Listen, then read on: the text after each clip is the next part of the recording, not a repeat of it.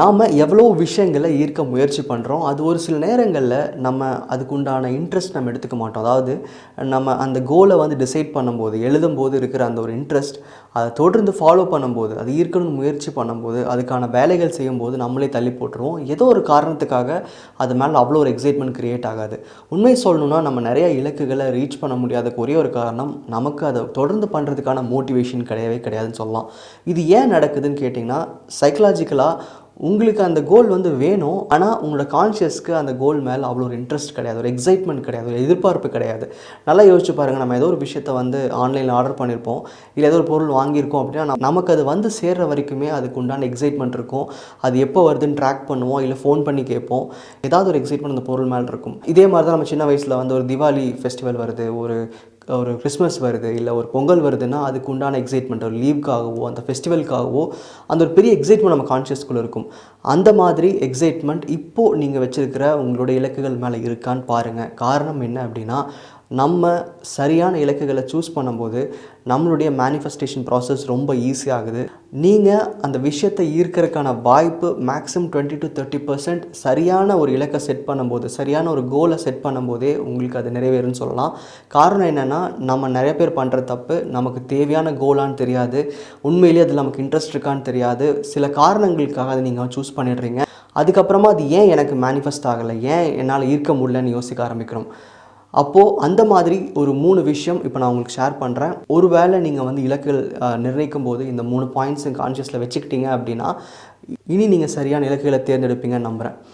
அதில் முக்கியமான முதல் விஷயம், எப்போவுமே நம்ம ஒரு இலக்கை நிர்ணயிக்கும் போது அதை வந்து ஒரு மேலோட்டமாக மட்டும்தான் பார்க்குறோம். நம்ம அது உள்ளே இருக்கிற விஷயங்கள் நம்ம கற்றுக்கிறதே கிடையாது. ரொம்ப சிம்பிளாக சொல்லணுன்னா, ஒரு இலக்கு வச்சுருப்பீங்க, நான் வந்து ஒரு பெரிய பிஸ்னஸ் மேன் ஆகணும். ஓகே, என்ன பிஸ்னஸ் மேன் ஆகணும், என்ன பிஸ்னஸ் பண்ணணும், அதுக்குண்டான வருவாய் உங்களுக்கு எப்படி இருக்கணும், அது மூலமாக அவங்க லைஃப் எப்படி நடக்க போகுது, அந்த மாதிரி ஒரு தெளிவான ஒரு பிக் பிக்சர்னு சொல்லுவோம் இல்லையா, ஒரு மேலோட்டமான கருத்து மட்டும்தான் இருக்குமே தவிர ஆழமான ஒரு எண்ணங்கள் உங்களுக்கு இருக்காது. அப்படி இருக்கிறப்போ ஒரு பொதுவாக ஒரு விஷயம் சொல்லுவாங்க இல்லையா, எனக்கு வந்து ஒரு பெரிய பிஸ்னஸ் மேன் ஆகணும், நான் வந்து ஒரு பெரிய பணக்காரன் ஆகணும், இல்லை நான் வந்து ஒரு லாங்குவேஜ் கற்றுக்கணும், இல்லை நான் ஒரு பைக் வாங்கணும். இந்த மாதிரி ஒரு எண்ணம், ஒரு தேவை, ஒரு கிளாரிட்டி இல்லாமல், ஒரு கம்ப்ளீட் கிளாரிட்டி இல்லாமல் இருக்கிறது தான் முதல் நம்ம செய்கிற தப்பு. இது என்னன்னே தெரியாமல் ஒரு புரியாத ஒரு கோலை, ஒரு பொதுவான ஒரு கோலை நீங்கள் வச்சுக்கும் போது உங்கள் கான்ஷியஸ் எக்ஸைட் ஆகாது. எப்போவுமே உங்கள் கான்ஷியஸ்க்கு ஒரு எக்ஸைட்மெண்ட் வேணும். அதில் என்ன இருக்குது, அதில் என்ன கிடைக்க போகுது, அது மூலமாக உங்கள் லைஃப் எப்படி மாறப்போகுதுன்ற அந்த கிளாரிட்டி இருந்தால் மட்டும்தான் உங்கள் கான்ஷியஸ் எப்போவுமே அதுக்காக எக்ஸைட்டடாக வேலை செய்யும். எப்போவுமே அந்த தேவை இருக்கிறதா உணர்ந்துக்கிட்டே இருக்கும். நீங்கள் தொடர்ந்து உங்களோட மேனிஃபெஸ்டேஷன் ப்ராசஸ்க்கு நீங்கள் மோட்டிவேட்டடாக இருப்பீங்க. அது இல்லை அப்படின்னா நம்ம தள்ளி போடுறது நடக்கும். அதாவது இது நாளைக்கு பண்ணிக்கலாம், நாளான்னைக்கு பண்ணிக்கலாம், இந்த விஷயங்கள் கொஞ்ச நாள் தள்ளி வைப்போம், அந்த மாதிரி எண்ணங்கள்லாம் வரதுக்கு காரணம் உங்களுக்கு உங்கள் இலக்குகள் மேலே அவ்வளோ ஒரு மோட்டிவேஷன் கிடையாது. ஏன்னா உங்கள் கான்ஷியஸ்க்கு கம்ப்ளீட் எக்ஸைட்மெண்ட்டே இல்லைன்னு சொல்லலாம். அடுத்த விஷயம், நம்ம நிறைய நேரங்களில் நம்ம சூஸ் பண்ணுற கோல் உண்மையிலேயே நம்மளுதான் இருக்காது. என்னோடய ஃப்ரெண்ட் இந்த மாதிரி ஒரு விஷயம் பண்ணியிருக்காங்க, இதை அச்சீவ் பண்ணியிருக்காங்க அப்படின்னா ஓகே, அது மாதிரி நம்ம லைஃப் இருந்தால் எப்படி இருக்கும். நிறைய பேர் இந்த ஒரு பிஸ்னஸ் அவங்க ஸ்டார்ட் பண்ணியிருக்காங்க, இது நானும் பண்ணுறேன்னு போய் ஸ்டார்ட் பண்ணி நீங்கள் பாதியிலே நின்றுருப்பீங்க. இன்னும் ரொம்ப ஈஸியான எக்ஸாம்பிள் சொல்லணும்னா, எனக்கும் யூடியூப்பில் சேனல் ஸ்டார்ட் பண்ணணும், நானும் இதெல்லாம் பண்ணணும்னு நினச்சி வருவாங்க. அதுக்கு டாபிக் சூஸ் பண்ணும்போது இன்னொருத்தர் பண்ணுற அதே டாபிக் அவங்களும் எடுப்பாங்க. அப்போ அவங்களுக்கு ரொம்ப நாள் அதை பண்ண முடியாது, இல்லை இன்ட்ரெஸ்ட் போயிடும். காரணம் என்னென்னா, உங்களுக்கு பிடிச்ச விஷயங்கள் ஒரு சிலது இருக்குது, உங்களுக்கு திறமை இருக்கிற விஷயங்கள் ஒரு சிலது இருக்குது. அதை நீங்கள் தேடி, இல்லை அதை நீங்கள் புரிஞ்சுக்கிட்டு அதுக்கு தகுந்த மாதிரியான இலக்குகளை நிர்ணயிக்கிறது ரொம்ப ரொம்ப அவசியம். எப்போவுமே நம்மளோட கோல் மற்றவங்க கிட்டேருந்து ஒரு இன்ஸ்பிரேஷனாக இருக்கலாமே தவிர, மற்றவங்களுடைய இலக்குகளை தான் இலக்குகளாக கன்சிடர் பண்ணிவிட்டு அதை உங்களோட கோல் லிஸ்ட்டில் நீங்கள் ஆட் பண்ணுறது ரொம்ப ரொம்ப தவறு. ஒருத்தருக்கு BMW பிடிச்சிருக்குன்னா, உங்களுக்கு ஷிஃப்ட்டு தான் பிடிச்சிருக்குன்னா நீங்கள் அதை வாங்க முயற்சி பண்ணுங்கள்.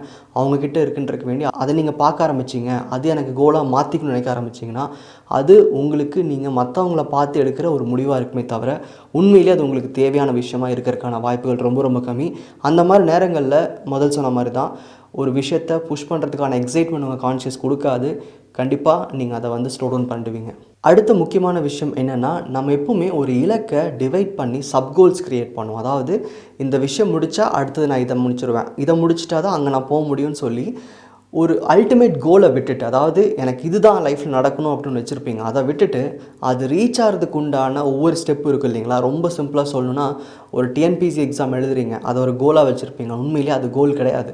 அதன் மூலமாக உங்களுக்கு என்ன வேலை கிடைக்க போதோ அதுதான் அவங்களோட கோலாக இருக்கும்.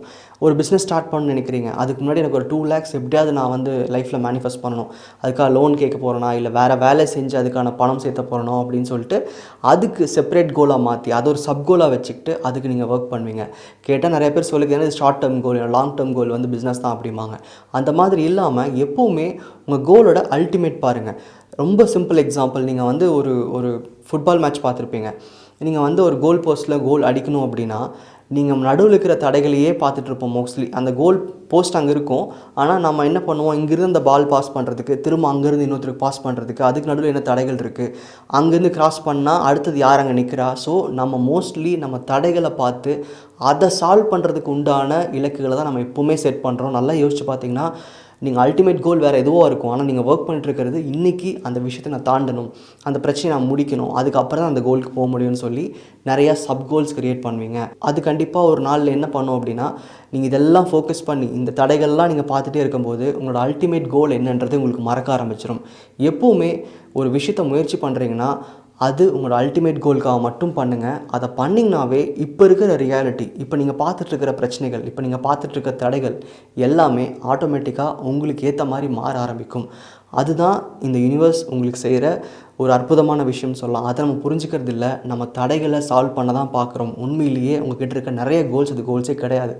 திரும்பவும் யோசிச்சு பாருங்கள். இதை நீங்கள் புரிஞ்சுக்கிட்டீங்க, இந்த அட்லீஸ்ட் இந்த ஒரு 3 விஷயத்தை உங்களோட கோல் செட்டிங் ப்ராசஸில் ஆட் பண்ணிக்கிட்டீங்க அப்படின்னா கண்டிப்பாக உங்களால் வந்து ஒரு சரியான கோலை சூஸ் பண்ண முடியும்.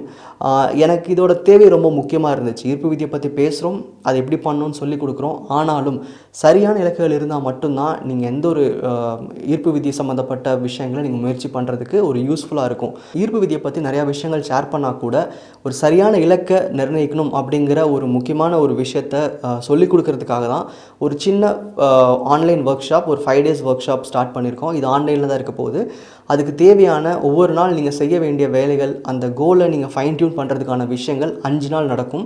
அதாவது ஒரு நாளைக்கு ஒரு டாஸ்க் இருக்கும், அந்த மாதிரி 5 நாள் 5 டாஸ்க் இருக்கும். அது முடிக்கும்போது, அந்த ஒர்க் ஷாப் முடிக்கும்போது உங்களுக்கு உண்டான ஒரு சிறப்பான ஒரு கோலை உங்களால் சூஸ் பண்ண முடியும். அது சம்மந்தப்பட்ட இன்ஃபர்மேஷன்ஸ் எல்லாமே ஃபேஸ்புக் கிராட்டிடியூட் கிளப்பில் ஷேர் பண்ணியிருக்கேன்.